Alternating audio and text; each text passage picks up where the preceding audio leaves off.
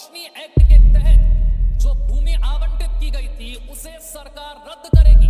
रोशनी act के तहत जो कार्रवाई की गई थी उसे सरकार रद्द करेगी और उसके तहत जो भूमि आवंटित की गई थी 6 महीने में उस पर से कब्जा हटाया जाएगा। देखिए, जब आप निष्काम भाव से काम करते हैं तो निडरता उसका एक कॉन्सिक्वेंस है। तो ये डरना या सोचना ये कभी दिमाग में इसलिए नहीं आया क्योंकि शुरू से ही निष्काम भाव से काम करते। Jammu Kashmir is not a secular state. Jammu Kashmir is a Muslim state. It is an Islamic state on the secular territory of India. Anti Islamic नहीं है, हम इस्लामिक फंडामेंटलिज्म को अपोज करते हैं। और सेक्युलरिज्म का बेसिक पैमाना क्या है? आप हर तरीके की कम्युनलिज्म को अपोज करें, हर तरीके की फैनेटिसिज्म को, एक्सट्रीमिज्म को अपोज करें। कि जम्मू कश्मीर में entire political power has to be handed over to quote unquote Muslim establishment. संविधान में प्रोविजंस इंट्रोड्यूस किए गए कि किस तरीके से भारत की एक सेक्युलर टेरिटरी पे कॉन्स्टिट्यूशनल प्रोविजंस को, डेमोक्रेटिक इंस्टीट्यूशंस को इस्तेमाल करके, सेक्युलर प्रोविजंस को इस्तेमाल करके सेक्युलर टेरिटरी पे एक थियोक्रेटिक स्टेट का गठन किया जाएगा। ये समझने की जरूरत है कि ये लड़ाई हमारी 2014 में शुरू हुई रोशनी के खिलाफ।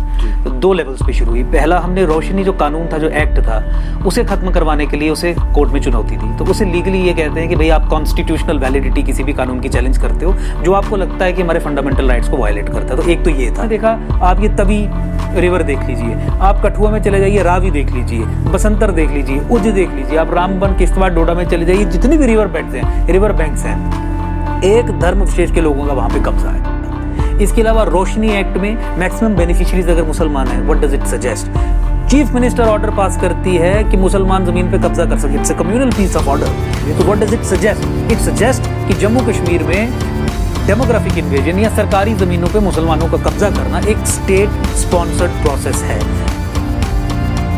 देखिए, एकजुट जम्मू इस समय पॉलिटिकल पार्टी रजिस्टर्ड नहीं है, लेकिन आने वाले कुछ समय हम आप देखेंगे will make a formal declaration जहाँ पे this is going to be registered as a political. Ultimately हमारे देश में शास्त्रार्थ का ही एक ट्रेडिशन रहा है कि अगर मैं आपको समझा लूंगा तो आपको मेरे पॉइंट ऑफ व्यू पे कन्वर्ट होना है, अगर आपने मुझे समझा दिया तो मैं आपके पॉइंट ऑफ व्यू पे कन्वर्ट हो जाऊंगा। लड़ेंगे नहीं, द्वेष नहीं रखेंगे, गुस्सा नहीं रखेंगे। तो यही मैं कर रहा हूँ। You have been doing wonderful job creativity के पॉइंट ऑफ व्यू से, बहुत कॉम्प्लेक्स चीज़ें लोगों को बड़े सादा तरीके से समझाने के पॉइंट ऑफ व्यू से। I wish you all a great success और इसी तरीके से आप चलते रहिए, करते रहिए और फिर मिलकर जम्मू का उद्धार करने के लिए आने वाले